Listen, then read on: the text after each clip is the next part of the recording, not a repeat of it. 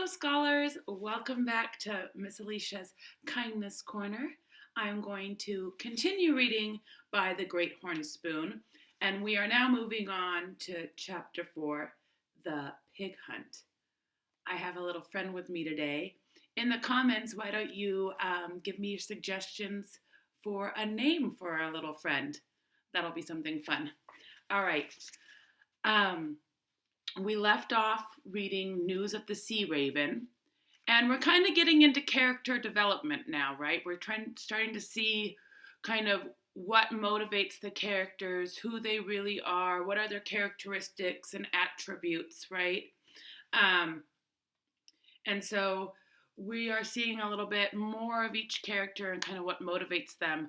And so we ended with the news of the Sea Raven, which the Sea Raven is winning the race. And that was very upsetting to Jack and Captain Swain. And Captain Swain was faced with a moral dilemma on whether to help a smaller boat that had sick passengers be towed in to shore or to try to catch up to the Sea Raven. And he decided to make the heroic choice, in my opinion. So we're starting to see kind of what motivates each character. So now we're moving on to Chapter 4, The Pig Hunt. All right, let's go. Jack began to dread Sunday dinners. It was bound to be Good Luck's turn on the menu soon. The pig no longer came trotting after him. It was true, for Jack had tied up the pen to make it escape-proof. But the porker remained on his mind, if not at his heels. Then, with Rio de Janeiro only a few days away, Jack saw the cook leave the galley with a heavy meat cleaver in his hand. Good grief, thought Jack. He's going for Good Luck. Without a second thought, Jack went sliding down the nearest ladder. When the cook arrived at the animals' pens, the porker was gone, and so was Jack. It's that boy, he shouted, waving the meat cleaver. Pigs is for eatin', not for pets. Soon, even the gold seekers joined in the pig hunt, for the promise of fresh pork made their mouths water. They looked above decks and below decks. They glanced up masts and down ventilators. The cook himself went searching through the cargo hold where Monsieur Gaunt, a Frenchman in the rough homespuns of a farmer, was watering his precious grape cuttings. Have you seen a pig down here? Growled the cook. No, Monsieur, answered the Frenchman, but rats, oui. The chase continued. The pig hunters looked everywhere but the captain's storeroom, which was fortunate, for Jack and Good Luck were hiding behind the open door. Not a sound out of you, Jack whispered, the pig snorting out of sheer love, rubbing his ever-fattening side against Jack's leg. Shh! Just then the captain could be heard approaching along the passageway, but when he entered his cabin, there was no sign of the pig or the boy. He hung up his blue cap, yawned, and took a nap. When he was sound asleep, Jack and Good Luck crept out from under the bunk. There was hardly room to breathe. Jack looked around, wondering what to do next. It seemed hopeless, but he wasn't going to deliver up the porker to the cook without a battle. Leaning his bristled back against Jack's legs, the pig grunted a loud word of endearment and almost woke up the captain. Jack's breath caught. Any port in a storm, he told himself, and ran. He made a beeline towards his own cabin with Good Luck trotting behind. At that moment, Mountain Jim happened along the passageway, and the pig went through his bowed legs. If many gold seekers had joined in the hunt, Others considered it sport to outwit the cook. Mountain Jim merely turned to give Jack a wink and went on his way. Once in his cabin, Jack stopped short. Dr. Buckbee was stretched out for a nap and snoring loudly. Moving on his toes, Jack approached his hammock. He would wrap Good Luck in a blanket and hide him in the hammock. But when Jack turned, his breath caught again. The porker had his 2 front hoofs on Dr. Buckbee's bunk and had leaned his head closer to see what all the snoring was about. The horse doctor awoke.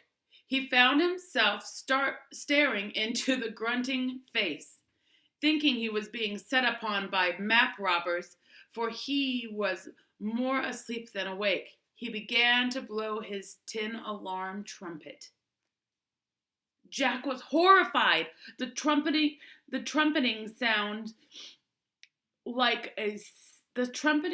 sounded like a sick elephant.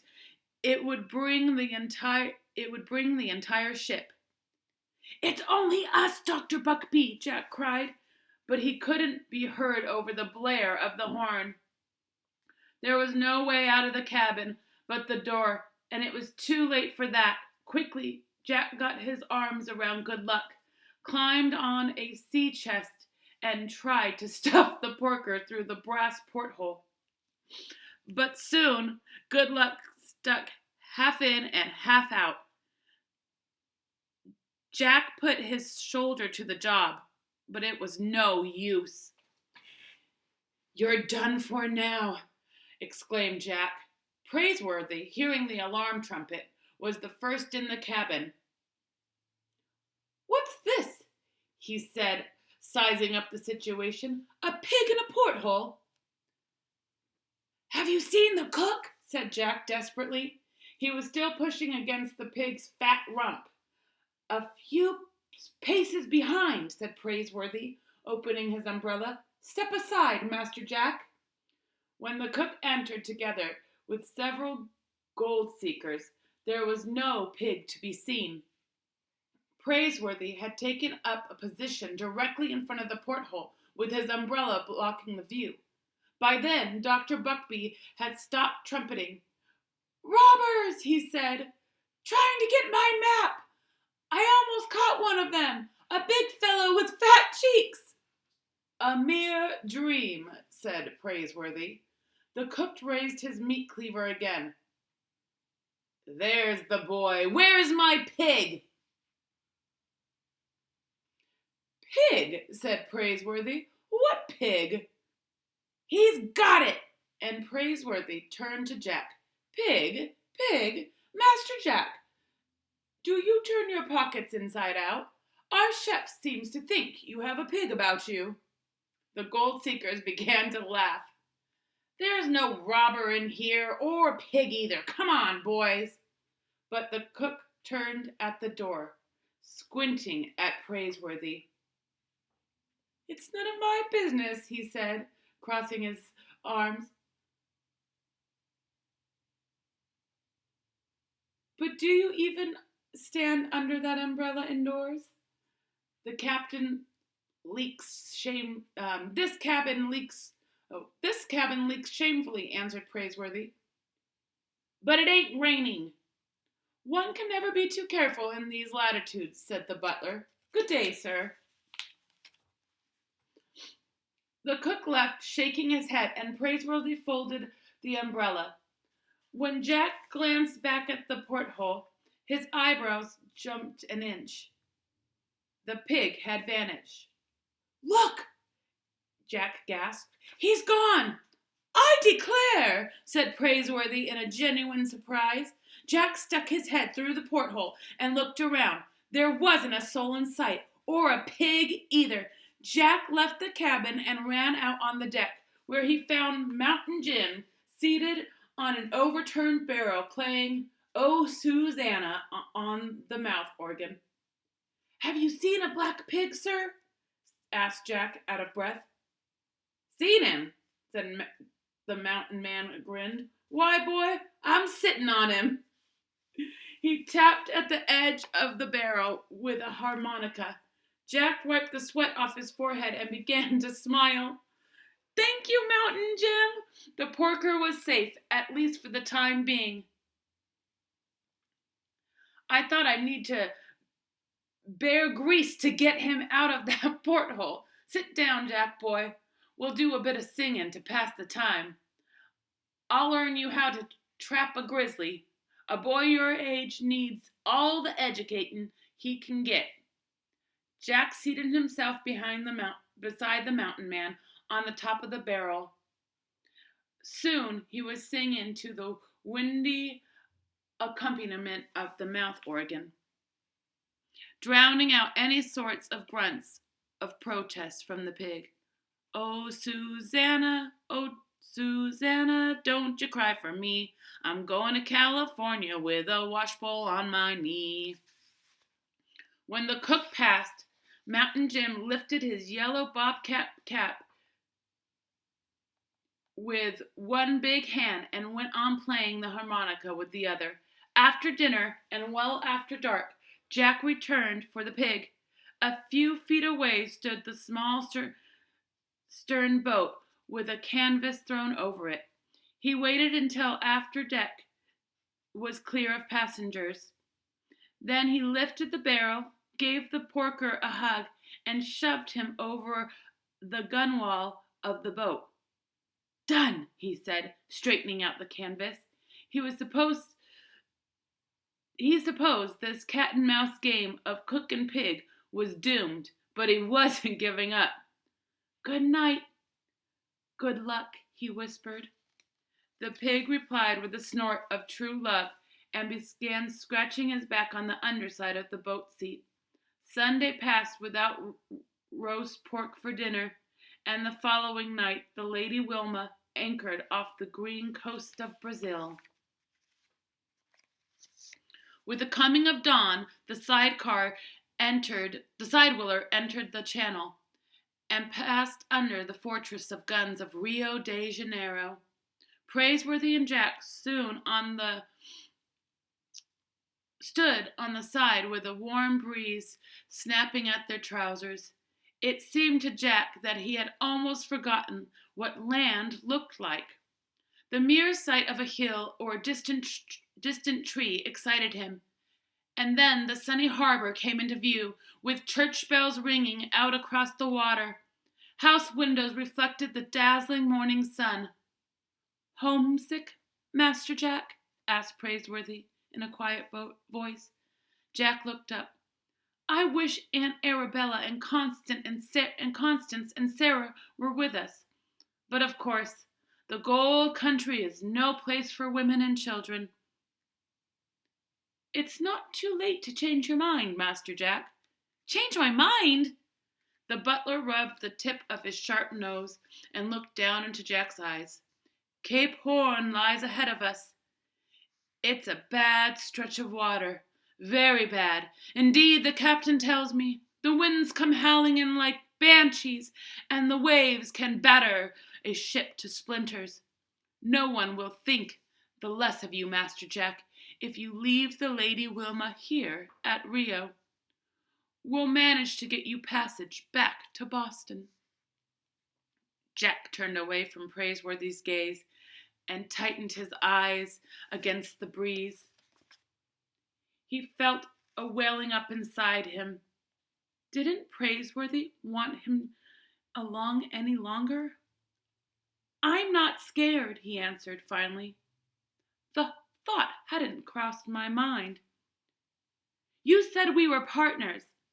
We are, indeed, but I could never forgive myself if... Do you think we'll get smashed into splinters? The Lady Wilma's a stout ship. Do you think Captain Swain's a good master?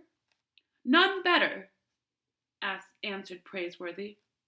Jack looked back into the butler's eyes. Go home. How could he go home without his pockets full of gold nuggets? Then I'm going on to California, the boy said. I'm not turning back. No, sir. He wiped his nose.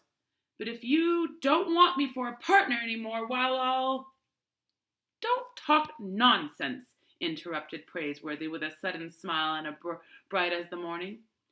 You said exactly what I thought you would, but I had to be sure.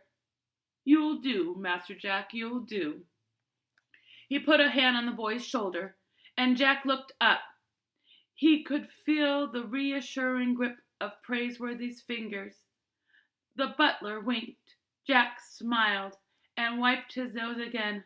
Above them, in the pilot house, Captain Swain was looking for the Sea Raven among the ships at the anchor.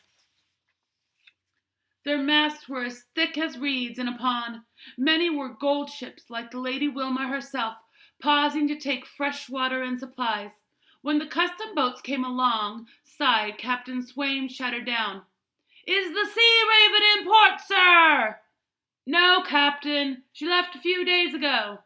The ship's master greeted this news with a familiar roar. "Blast! Well, we won't tarry. By grabs, we'll sail tomorrow with the going tide." While the Lady Wilma took coal and fresh provisions, the gold seekers invaded the city. There were Americans everywhere. Jack posted his letter. If he had found his sea legs, he had lost his land legs. The cobbled streets of Rio seemed to pitch and roll under him. Praiseworthy had to use his umbrella as a cane until the city stopped heaving about. Throughout the day, ships could be seen arriving and departing. Old friends from New Belford or Salem or Concord met on the streets thousands of miles from home. That night, when Praiseworthy and Jack returned to their ship, their arms were loaded with exotic fruits fruits never seen at home in Boston, bananas and pineapples and guavas. When they awoke the next morning, the Lady Wilma was already setting a sea course with the outgoing tide. Jack stood at the cabin porthole and watched the city slip away, holding up its windows like mirrors to the pink dawn sky. After breakfast, Jack started for the stern boat with table scraps for good luck. Suddenly, he had heard the blare of Dr. Buckbee's alarm trumpet. A moment later, the doctor appeared from the passageway with a trumpet at his lips, and his cheeks welled up like apples. The noise brought passengers from every direction. "It's stolen!" Dr. Buckbee wailed, pausing for a breath. "Gone!" "What's this?" said Praiseworthy, interrupting a stroll around deck. "What's gone?" "My gold map! I'm ruined!" The horse doctor gave a final wail on the trumpet. "My brother, rest his bones, posted it to me as he died lying in California, and now it's been gone. Stolen, gone." "Cut-Eye Higgins," said Mountain Jim. But almost at once it was discovered that Cut-Eye Higgins was gone too. He had been forgotten in the haste of coaling and the watering ship.